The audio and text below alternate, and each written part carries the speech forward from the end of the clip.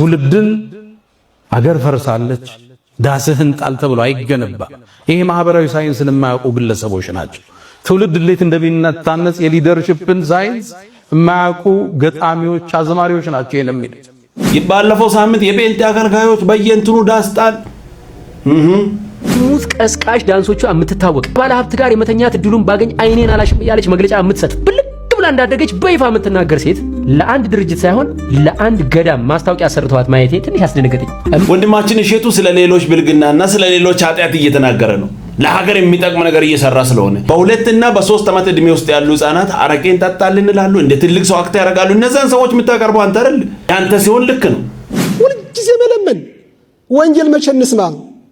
እንደ ትልልቅ በዓል መጥቶ ህዝብ በተሰበሰበበት ልመና። እኛ እየሄድንበት ያለው ከባዱን የመረጥነው መንገድ ከባዱን ነው። ተጸየፉን። ግማሹ ቆልፏል ጆሮን። እንግዲህ ጀመራቸው ሳይጀምሩ ልሂድ ብሎ ታምረ ማርያም ሰምቶ ውልቅ የሚለው ብዙ አይደል? ወንጌል ይሰበክ። ደስ የሚል ቆንጆ እንትን እየታየ ነው። ኢየሱስ ያድናል። ፈጨው ንጉሱ ጊዮርጊስን ፈጨውና በደብረ ይድራስ ላይ በተነው። እግዚኦ እንዴት አድርጎ ይሆን ፈጨው? አድርቆ ነው። ላለመሳቅን ሞክራለን ግን አልተቻለም። ኢየሱስ ያድናል።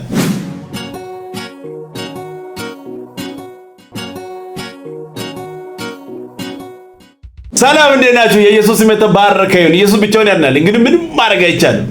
ላይክ በማድረግ ጀምሩ፣ ሰብስክራይብ ማድረጉ ስሙ ይሄንን ጉድ። ትውልድን አገር ፈርሳለች ዳስህን ጣል ተብሎ አይገነባ። ይሄ ማህበራዊ ሳይንስን የማያውቁ ግለሰቦች ናቸው። ትውልድ እንዴት እንደሚነታነጽ የሊደርሺፕን ሳይንስ የማያውቁ ገጣሚዎች፣ አዝማሪዎች ናቸው የሚሉት። ለአዲሱ ትውልድ ምክሬ በትውልድ ግንባታ ውስጥ ተስፋ መልካምን ነገር እንዲያስብ ማድረግ የማህበረሰብን የማነጫ አንዱ ቅመም። የሰው ልጅ ስታኖረው ተስፋ ሰጠው ነው። አይዞ ይነጋል፣ ችግሩ ሲበዛበት ሊነጋ ሲል ይጨላልማል እያልክ ነው ተስፋ ለሰው ልጆች የምትመገበው። እውነት ለመናገር እኔ ስለ ዘፈንና ስለ ፖለቲካ ላወራ አይደለም። አንዳንድ ሰዎች ይህንን ሐሳብ ተቀብሎ የማይሆን ነገር ሲናገሩ እዚሁ በጌታ ቤት ሆኖ ራሱ ይህንን ሲናገሩ ከውጪም ሆኖ ቤንጤዎች በየአዳራሹ እንትን እየተናገሩ ነው ምናምን ሲባል ሰምቼ ነበር። ሙስሊሞችም እየተናገሩ ነው። ኡስታዞች ዋና እንትኖች በየእንትናቸው እየተናገሩ ነው ልትል ነው። እንደዚህ አይነት መጥፎ ሐሳብ ተቀብላችሁ የምታስተናግዱ ሰዎች ለሀገርም አይጠቅምም ለእናንተም አይጠቅምም። ከጥላቻና ከቅም በቀል ወጥታችሁ መልካም ነገርን አስቡ። ያለፈውን እያሰቡ እዚህ ኧረ በስመ አብ ክብር ለኢየሱስ ይሁን። አይጠቅምም። ደስ የሚል ቆንጆ መልእክት ነው ለኔ። ኢየሱስ ያድናል። ምንም ማድረግ አይቻልም። ስሙ ይሄንን ሙዝ ቀስቃሽ ዳንሶቿ የምትታወቅ ባለ ሀብት ጋር የመተኛት እድሉን ባገኝ አይኔን አላሽም ያለች መግለጫ የምትሰጥ ብልጥ ብላ እንዳደገች በይፋ የምትናገር ሴት ለአንድ ድርጅት ሳይሆን ለአንድ ገዳም ማስታወቂያ ሰርተዋት ማየቴ ትንሽ ያስደነገጠኝ። እምላችሁ በኃጢአት እንደምበልጣት ቅንጣት ታክል አልጠራጠርም። ነገር ግን በአደባባይ ኃጢአትን በመስበክ አዋርድ ያላትን ሴት የገዳም ማስታወቂያ ስትሰራ ማየት የዚህችን ልጅ ግብር ልክ አይደለም ብሎ ማውገዝ መጀመሪያ ከአባቶች ይጠበቅ ነበር።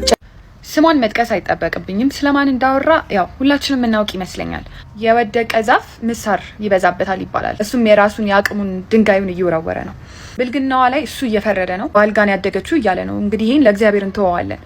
ያው እነሱ ጻድቅ ስለሆኑ ባለጌዎቹን ጨዋዎቹን መለያየት ይችላሉ። ኃጢአት የሌለበት ድንጋዩን ይወርውር ነው ያለው። ሁላችንም የራሳችን ኃጢአት አለብን። ኦፍ ኮርስ ንግግርህን ለማሳመር እኔ ከሷ አይበልጥኩ ኃጢአተኛ ነኝ ብለሃል። ግን ያው ኃጢአተኛ ኮንክ ታዲያ ለምን ድንጋይህን ትወረውራለህ? ከመወርወር አልፈ ደግሞ ለህዝቡ ፕሬዘንት አድርጋት አውግዙ እንደዚህ አድርጉ እያልክ ነውና መፍረጃ ወንበር ላይ ተቀምጠህ አንተ ንጹህ እንደሆንክ አድርጋ ኦሬዲ ድንጋይህን እየወረወርክ ነው ማለት ነው። ሶ ምን ልላችሁ ፈልጌ ነው መሰላችሁ? ቤተክርስቲያን የክርስቶስ ምሳሌ ነች። ክርስቶስ ነው ቤተክርስቲያንን የመሰረታት። ይሄ ሁላችንንም ያግባባናል ብዬ አስባለሁ። ለማንኛውም እይታችን ትላንትና የተናገረችውን ራሱ እኔም እንትን ብዬ ነበር። የማይሆን የዘቀጠ የወረደ ንግግር ነው የተናገረችው። ለቃላት ተጠቃቀሚ ይቅርታ አድርጉ እንጂ ወንዶች አሉ እግሬን እንትን የሚሉ በቃ ከኔ በታች። እኔ ይሄንን ሐሳብ አልቀበልም። ይሄ ሰይጣን ነው እንጂ ሰው አይደለም። በዚህ ደረጃ ሰው ራሱን ምን ብዬ ላወራው? ያስፈራል። ክብር ለኢየሱስ ይሁን። እሷን ኃጢአት አውጥቶ መናገር ሌላ ነገር እሱ ይሁን። ክብር ለኢየሱስ ይሁን። ለሁላችንንም ስራ እግዚአብሔር ያውቃል። እሱ የተደበቀ ነው፣ የአንዱ ግልጽ ነው፣ የአንዱ የተደበቀ ነው። ይሁን። እኔ ዋና የሚፈልገው ለሀገር የማይጠቅም አላልክም። አንተ የሁለትና የሶስት ዓመት ህፃናት መጥቶ አረቄ ይጠጣለው እንደ ትልቅ ሰው አክት የሚያረግ የሚሳደብ የማይሆን ነገር የሚናገር ልጅ እንደ ልጅ ሲሆን ነው የሚያምረው። እኛ የምናውቀው ይሄንን ነው።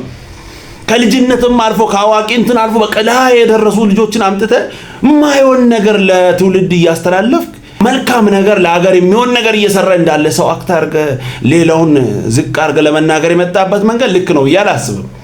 ልጆቼ ቲቪ እንዳይመለከቱ ኢንተርኔት እንዳያዩ ከልክያለሁ ምናምን ብለህ በአደባባይ ተናገርክ ሰው ነህ።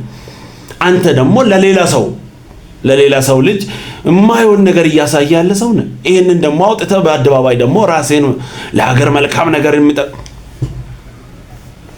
አንዳንድ ሰዎች የራሳቸውን ሸፍኖ የሌላውን ለመናገር የሚሄዱበት ርቀት ያሳዝናል።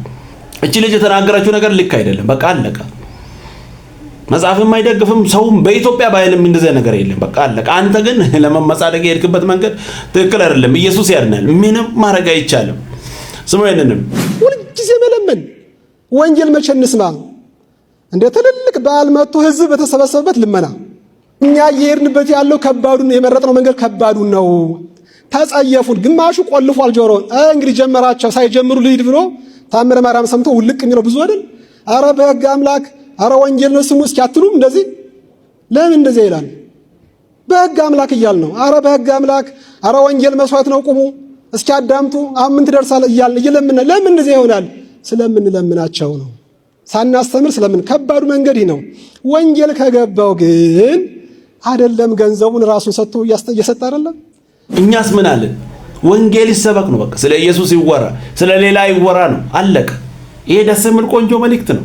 የሆነ መልካም ነገርማ እየታየ ነው። ስሙ ያንንም ለምንድን ነው ወንጌል የማይሰበከው? ለምንድን ነው? በዝማሬ በጣም ምዕመኑ ጆሮ ከደነቆረ በኋላ ነው ስብከት ተብሎ የሚጀምረውና በጣም በዚህ ጉዳይ ላይ ለየት አድርገን ለምን አላየነው? ዘመኑን መዋጀት ከተባለ የምንጠቀመው ሰዓት ምን ያህል ነው? ለወንጌል ምን ቦታ ነው የተሰጠው? ሲጀመር ንግስ ሲሆን እውደት ከዞረ በኋላ ቀጥታ ሰው አረፍ እንዳለ ለምንድን ነው ወንጌል የማይሰበከው? ለምንድን ነው 15 ደቂቃም ይሁን 20 ደቂቃ? ክብር ሁሉ ለእግዚአብሔር ይሁን። ምንም ማድረግ አይቻልም። ደስ የሚል ለውጥማ አለ።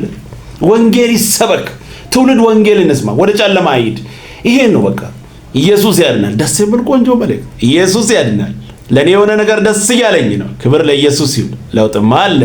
ኢየሱስ ብቻውን ያድናል። ስሙ ይሄንንም ፈጨው ንጉሱ ጊዮርጊስን ፈጨውና በደብረ ይድራስ ላይ በተነው። እግዚኦ! እንዴት አድርጎ ይሆን ፈጨው? አድርቆ ነው። አላውያን ነገስታት ያርዳሉ፣ ይገላሉ፣ ቆራርጠው ምናምን ይገላሉ እናውቃለን። በቤተ ክርስቲያን ዘመነ ሰማዕታት ተብሎ የሚታወቅ ዘመን አለ። በነ ኔሮ የሮም ንጉስ በነ ኔሮ ዘመን አለ። እንዲህ አይነት መከራ እሳት ይነድባቸው ነበር፣ ይቃጠሉ ነበር፣ ከነ ቤታቸው ያቃጥሏቸዋል። እንዲህ አለ። ቆዳቸው ይገፈፍ ነበር የሚላል ሰው አድቅቆ በተነው የሚል ግን በታሪክ የለም። ነገስታቱ ይሄን አደረጉ የሚል የሆነ ፍንጭ የሚሰጥ ነገር የለም። ውሸት መሆኑን እኮ ልነግራችሁ እኮ። እና ደብረ ይድራስ ተራራ ላይ ፈይቶ እንደ አቧራ ማለት ነው በተነው። ይሄን ጊዜ ሳር ቅጠሉ ጊዮርጊስ ማለት ጀመረ። እዛ ደብረ ይድራስ እንግዲህ የት እንደሆነ ደብረ ይድራስ አይታወቅም። ደብር ማለት ተራራ ማለት ነው። ይድራስ የሚባል ተራራ ካወቃችሁ ጠቁሙኝ እስቲ። እዚህ ውስጥ ምናልባት የምታውቁ ሰዎች ካላችሁ ይድራስ የሚባል ተራራ ምናልባት እንግዲህ እንግሊዝ ውስጥ ወይኔ እንግሊዝ ውስጥ ይድራስ የሚባል ተራራ ካለ ይነገረን። ኦኬ። በዚህ በክሩሴድ ጦርነት ጊዜ ከአውሮፓ ሀገራት የተውጣጡ ክሩሴደሮች የመስቀልን ጦርነት ለማከናወን ኢየሩሳሌምን ነፃ ለማውጣት ክሩሴድ ተደርጓል። አይ ቲንክ 3 ምናምን ተደርጓል በታሪክ እና በዛ ውስጥ የተዋጉ በሰይፍ ስለት ከሌላ ሃይማኖት ሰዎች ጋር የተዋጉ በተለይም ከተርኪሽ ኢምፓየር ጋር የተዋጉ ነበሩ። በታሪክ የምናውቃቸው ነገሮች አሉ እና እዛ ኢየሩሳሌም ድረስ መጥተው ተጋድለዋል። ብዙ ደም ፈሷል በምድሪቱ ላይ በጣም ብዙ። እና እንደዚህ አይነት ታሪክ ግን አይነሳም፣ አይታወቅም። በታሪክ ፈይቶ በተነው ሚል ንጉሱ ፈይቶ በተነው ማን ነው? ዱዲያኖስ ማን ነው አሉ ስሙ። ፈይቶ በተነው። ከዛ ቅጠሉ ሁሉ ጊዮርጊስ ማለት ጀመረ። ይሄ ሲነገርሽ ዝም ብለሽ አትሰሚም፣ መጠየቅ ያስፈልጋል በቃ። ከዛ ደግሞ እኮ ይሰበሰባል እኮ ተሰብስቦ ማለት ነው። አቧራ ተሰብስቦ ከተገደለ በኋላ ምናምን የሆነ ከተቆራረጠበት ቦታ ነው ግጥ ምናምን ብሎ ብድግ ይላል ማለት ነው። ይሄ ፊልም ላይ እንደምናየው የሆነ ሌጀንደሪ አይነት ነገር ማለት ነው። የፈጠራ ስራ እኔ እጁን ተቆርጦ ተመልሶ ይገጠማል። እንዲህ አይነት የሆነ ፊልም ላይ የምናየው ማለት በልጅነት እንደዚህ አይነት ቀል 4 ነው 7 ጊዜ ሞቶ ተነሳ እንደዚህ የሚሉት ነውር ነው። እንዲህ አይነት ተሰቃይቶ የሞተ ሰውዬ እሺ፣ እኔ እኮ ግራም ይገባኝ ምንድነው ፍጡነ ረድኤት ሲሉት እንደዚህ ተሰቃይቶ የሞተ ሰው ከሞተ በኋላ እንግዲህ 7 ጊዜ ከሆነ የሞተው ወይም ደግሞ 4ም በሉት ብቻ ይሁን ከ3 በላይ ሞቷል እንበል፣ ከ3 ጊዜ በላይ ሞተ እንበል። ከ3 ጊዜ በላይ ከሞተ በኋላ ልጋሚ ያልተነሳው ለመጨረሻ ጊዜ ሞቷል። ከዛ በኋላ እንዴት ነው ፍጡነ ረድኤት ሆኖ አንቺ ጋር የሚመጣው ነው ጥያቄው። how come እንዴ ፍጡነ ረድኤት ሆኖ አንተ ጋር የሚመጣው እኮ በአካል አንደኛ ኤግዚስት የሚያደርግ ሰው እዚህ ዓለም ላይ ያለ ከሆነ እንደው ግጥምን ብትገጥምለት እዚህ ምድር ላይ ስላለ ከሌኮ ፈጣን ነው ልትለው ትችላለህ። የሞተ ሰው መቃብር ውስጥ በቃ የበሰበሰ አጥንቱ የቀረሰው እንዴት ሆኖ ነው ፍጡነ ረድኤት ሆኖ አንቺ ጋር የሚመጣው? ማርያምስ ብትሆን አንቺ ጋር የምትመጣው እንዴት ሆና ነው? how tell me። በመንፈስ ዓለም ያለ አሰራር አለ፣ ፊዚካል በሆነው ዓለም ላይ ያለ አሰራር አለ። እንዴ ህዝባችን እኮ ይሄንን በቀላሉ መረዳት ይችላል እኮ። ስለዚህ እምሩፀተ ነፋስ ወአውሎ ከአውሎ ነፋስ የፈጠንከው ጊዮርጊስ ሆይ ፍጡነ ረድኤት there is no one ስትጮህ ብትኖር there is no one ማንም አይመጣም ማንም። ክብር ለኢየሱስ ይሁን። ኢየሱስ ያድናል። ምንም ማድረግ አይቻልም። ከባድ ነው። ስወን የታባክና ያስከው በባሳና በመኮረኒ ነው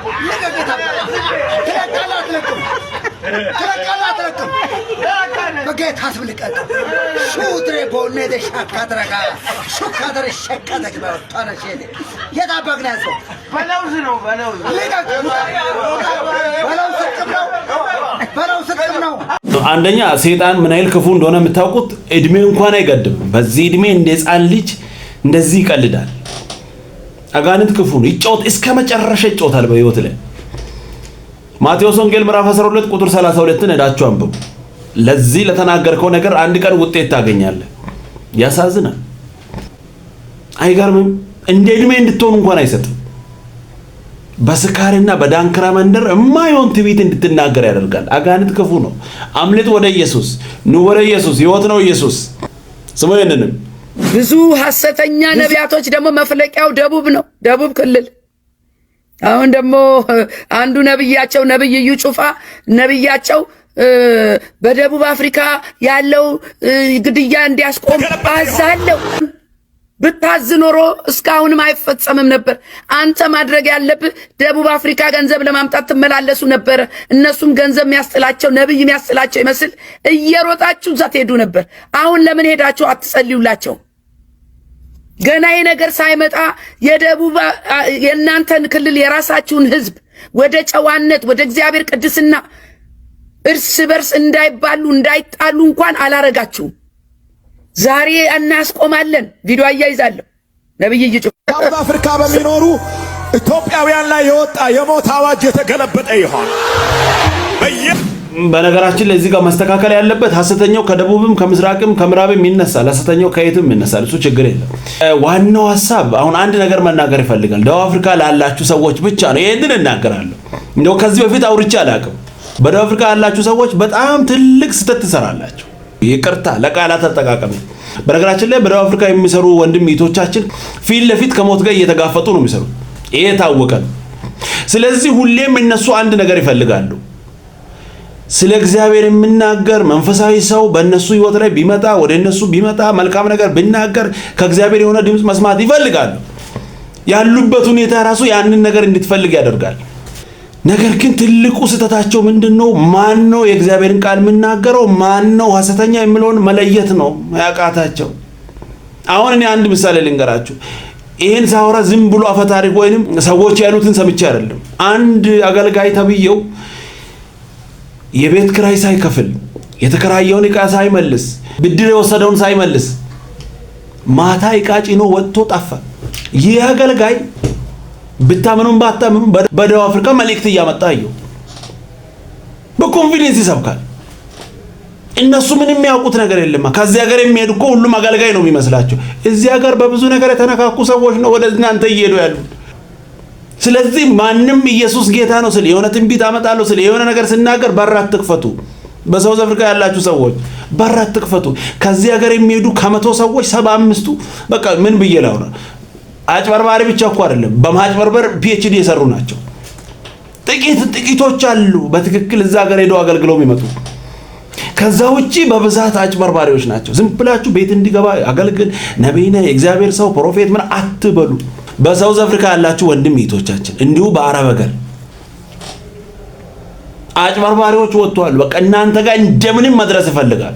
ስለ ኢየሱስ ስናገር መጽሐፍ ቅዱስን በቃ እውነት እንዳይመስል ስለተነተነ እውነት እንዳይመስል ዓላማው ምን እንደሆነ አታውቅም። በቃ ገንዘብ ተኮር የሆነ አገልግሎት የሚያገለግሉ ከራሳቸው የሆነ ትንቢት እያመጡ የስንት ሰውን ህይወት አበላሹ። እዛ ሀገር ሄደው እንኳን ማለት እዚህ የኛው አልበቃ ስል እዛ ሄደው።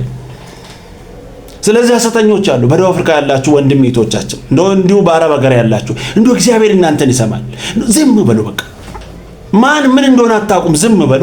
ኧረ በኢየሱስ ስም ወደ እግዚአብሔር ጸልዩ። በቃ ለእናንተ መልካም ነገር አስበው አይደለም ወደዛ የሚሄዱት። በቃ የእናንተን ኪስ እያየ ነው ወደዛ የሚሄዱት በብዛት። እኔ ቅድም ብያለሁ እኮ እዚህ አጭበርብሮ ቤት ዘግቶ ሄደ ሰውዬ እዛ በኮንፊደንስ እያገለገለ በጣም ነው የሚያሳዝነው። በጣም